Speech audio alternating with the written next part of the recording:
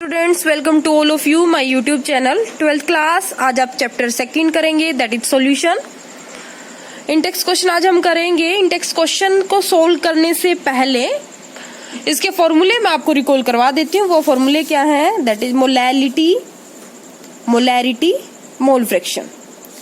Molarity होता है number of moles of solute divide by में volume of solution in litre. Molality होता है number of moles of solute mass of solvent in kilogram. Almost student ये mistake करते हैं, molality का जब फॉर्मूला पूछा जाता है तो वो मोलैरिटी अप्लाई करते हैं, एंड जब मोलैरिटी आस्क किया जाता है तो मोलैलिटी। बड़ी कंफ्यूजन रहती है क्योंकि ऑलमोस्ट दोनों सेम है। आप देखिए यहाँ पे, इसमें भी number of moles of solute ऊपर है, इसमें भी है, जस्ट डिफरेंस है नीचे वाली टर्म्स का। तो आप याद कैसे रखोगे? इसके लिए मैंने एक ट्रिक बना रखी है, वो क्या है? रनवी, RNV नाम होता है रनवी, यानी कि मोलैरिटी में R आएगा और R के साथ कौन सा नंबर आएगा? N। नंबर ऑफ मोल्स ऊपर है और V क्या कहाँ रहेगा? नीचे। वॉल्यूम ऑफ सॉल्यूशन रनवी, यानी कि R के साथ जिस टर्म में R आएगा उसमें V वाला आएगा। V वाला कौन होता है? वॉल्यूम। फिर साथ में मोलैरिटी मोल फ्रैक्शन का फॉर्मूला होता है number of moles of component divide by में टोटल नंबर ऑफ मोल्स। अब आपको सबसे पहले नंबर ऑफ मोल्स पता होने चाहिए। नंबर ऑफ मोल्स क्या होता है? मास अपॉन में molar mass. Number of moles को N से रिप्रेजेंट करते हैं, मोल फ्रैक्शन को हम रिप्रेजेंट करते हैं X से। और एक और टर्म आपको यहाँ पे पता होनी चाहिए, that is solute and solvent. Solute होता है जो लेस अमाउंट में प्रेजेंट हो, जो लेस अमाउंट में प्रेजेंट है, एंड सोल्वेंट वो होता है जो लार्ज अमाउंट में प्रेजेंट है। अब for example sugar in water, पानी में सुगर है, सुगर इन वाटर बोला मैंने, यानी कि पानी के अंदर सुगर डाला। एक्सेस में कौन लिया? वाटर। तो वाटर यहाँ पे क्या है? सॉल्वेंट। और सुगर क्या है? सॉल्यूट है। तो आइए अब क्वेश्चन देखते हैं। क्वेश्चन 2.1। 2 का मतलब है चैप्टर सेकंड, फर्स्ट का मतलब है फर्स्ट क्वेश्चन इंटेक्स का। स्टेटमेंट पढ़िए, calculate the mass percentage and carbon tetrachloride if 22 gram of benzene is dissolve in 122 gram of carbon tetrachloride. आपको मास परसेंटेज किसकी निकालनी है? बेंजीन की। मास परसेंटेज ऑफ बेंजीन आएगा यहाँ पे, और सेकंड किसकी निकालनी है? टेट्राक्लोराइड की। जब 22 ग्राम बेंजीन डिजोल्व है 122 ग्राम ऑफ CCl4। अब आप देखिए यहाँ पे कि लेस अमाउंट में कौन सा? एक 22 ग्राम है, सेकंड 122 ग्राम है। कम अमाउंट में कौन सा है? 22। तो सॉल्यूट कौन है? बेंजीन। तो आप लिखेंगे यहाँ पे मास ऑफ सॉल्यूट। सॉल्यूट को आप ब्रैकेट में लिख सकते हैं, कौन सा है सॉल्यूट? बेंजीन है। कितना है? 22 ग्राम। मास ऑफ सॉल्वेंट CCl4 कितना है? 122 ग्राम। अब मास परसेंटेज निकालने का फॉर्मूला क्या होता है? कोई भी परसेंटेज सिंपली आप निकालते हो। जैसे आपके रिजल्ट आया, आपको परसेंटेज निकालनी है, तो आप कैसे कैलकुलेट करते हो? ऑब्टेन मार्क्स डिवाइड बाय में टोटल इनटू में 100। तो यहाँ पे भी हम क्या करेंगे?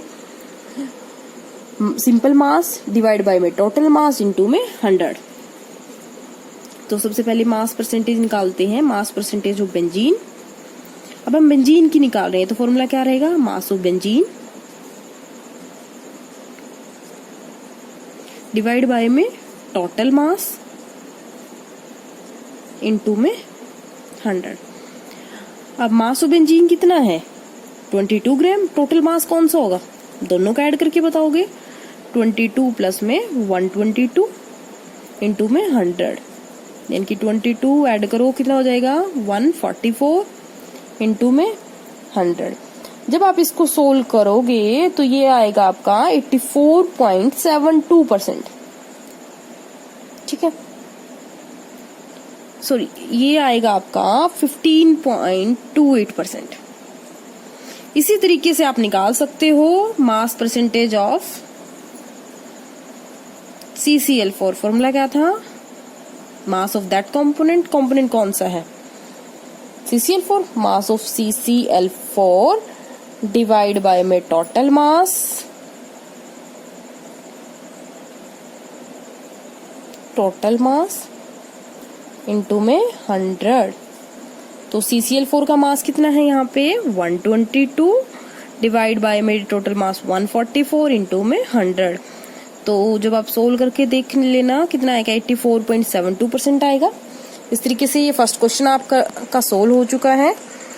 अब देखिए सेकंड क्वेश्चन पे। सेकंड क्वेश्चन क्या है, calculate the mole fraction of benzene in solution containing 30% by mass in CCl4। आपको मोल फ्रैक्शन निकालना है बेंजीन का। सबसे पहले मोल फ्रैक्शन निकालने के लिए आपको फॉर्मूला पता होना चाहिए, मोल फ्रैक्शन का क्या होता है।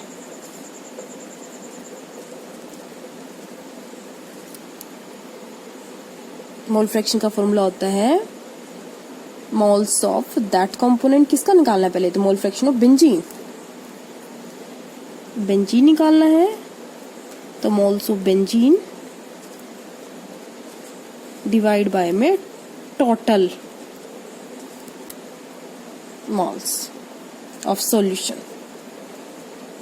अब देखिए मोल्स ऑफ बेंजीन कैसे निकालेंगे। बेंजीन के मोल्स निकालने के लिए फॉर्मूला क्या था, मोल का मास बाय मोलर मास। तो सबसे पहले आपको मास पता होना चाहिए, तो स्टेटमेंट पे फोकस कीजिए। आप यहाँ पे देखकर calculate the mole fraction of benzene in solution containing 30% by mass in CCl4। इनकी बेंजीन कितनी है 30%। 30% का मतलब है कि 30 ग्राम सॉल्यूशन के अंदर बेंजीन है, तो 70% क्या है वहां पे CCl4। तो मास ऑफ बेंजीन कितना आ गया, mass of benzene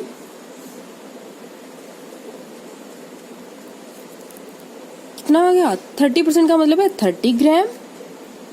mass of CCl4 कितना हो जाएगा 70 ग्राम। अब आप मोल निकाल सकते हो, मोल ऑफ बेंजीन। मोल का फॉर्मूला क्या होता है, मास यानी कि 30 ग्राम अपॉन में मोलर मास। अब फिर मोलर मास कितना होगा, कैसे निकालते हैं मोलर मास। मोलर मास का फॉर्मूला उसमें 11th क्लास में भी करते आए हैं। सबसे पहले बेटे कार्बन जो है, कार्बन का एटॉमिक मास कितना है 12, नंबर कितने हैं 6 से मल्टीप्लाई कीजिए, प्लस में हाइड्रोजन का एटॉमिक मास 1, नंबर कितने 6। तो करो इनको सोल्व, कितना हो गया ये 78 ग्राम पर मोल।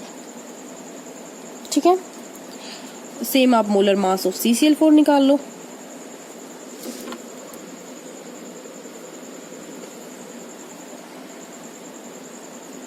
CCl4 ये कितना आ जाएगा, एक कार्बन का 12, क्लोरीन का होता है 35, इनटू में 4 नंबर है तो 4 से आप करोगे तो आपका आ जाएगा ये 154 ग्राम पर मोल। ठीक है, अब आप मोल फ्रैक्शन निकालना है आपको बेंजीन का, तो मोल्स ऑफ बेंजीन फॉर्मूले में पुट कर दीजिए ये टर्म। थोड़ा पेन चेंज कर लेती हूँ ताकि थोड़ा सा आपको सेपरेट दिखे, थोड़ा अलग दिखे। तो मोल फ्रैक्शन ऑफ बेंजीन आपको निकालने थे, थोड़ा सा चेंज कर लेते हैं कैमरे को ताकि आपको अच्छे से दिखे। देखिए मोल फ्रैक्शन ऑफ बेंजीन,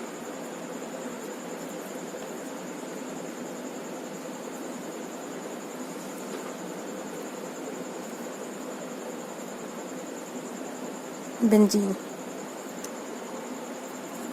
क्या था, मोल्स ऑफ बेंजीन कितने आए हैं आपके, निकाले नहीं है, लिख लो फिर यहाँ पे 30 डिवाइड बाय में मोलर मास कितना है आपका बेंजीन का 78 डिवाइड बाय में total mole of solution. Total mole यानी कि बेंजीन के मोल और किसके CCl4 के।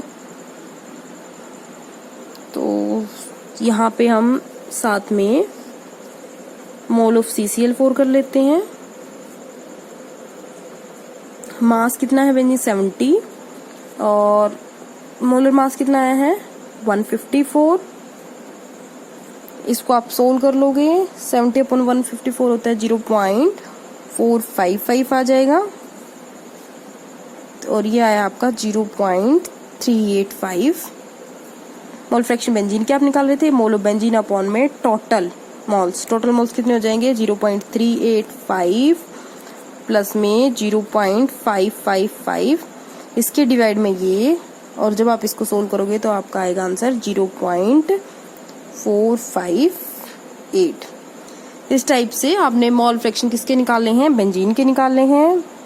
आई होप आप सोल्व कर लोगे इसको आसानी से। फॉर्मूले पे फोकस करना है ज्यादा, और कहीं आपको इतना सोचने की जरूरत नहीं है। सबसे पहले आप फॉर्मूला देखिए, आपकी रिक्वायरमेंट क्या है, उस रिक्वायरमेंट के हिसाब से क्वेश्चन को सोल्व करने की कोशिश कीजिए।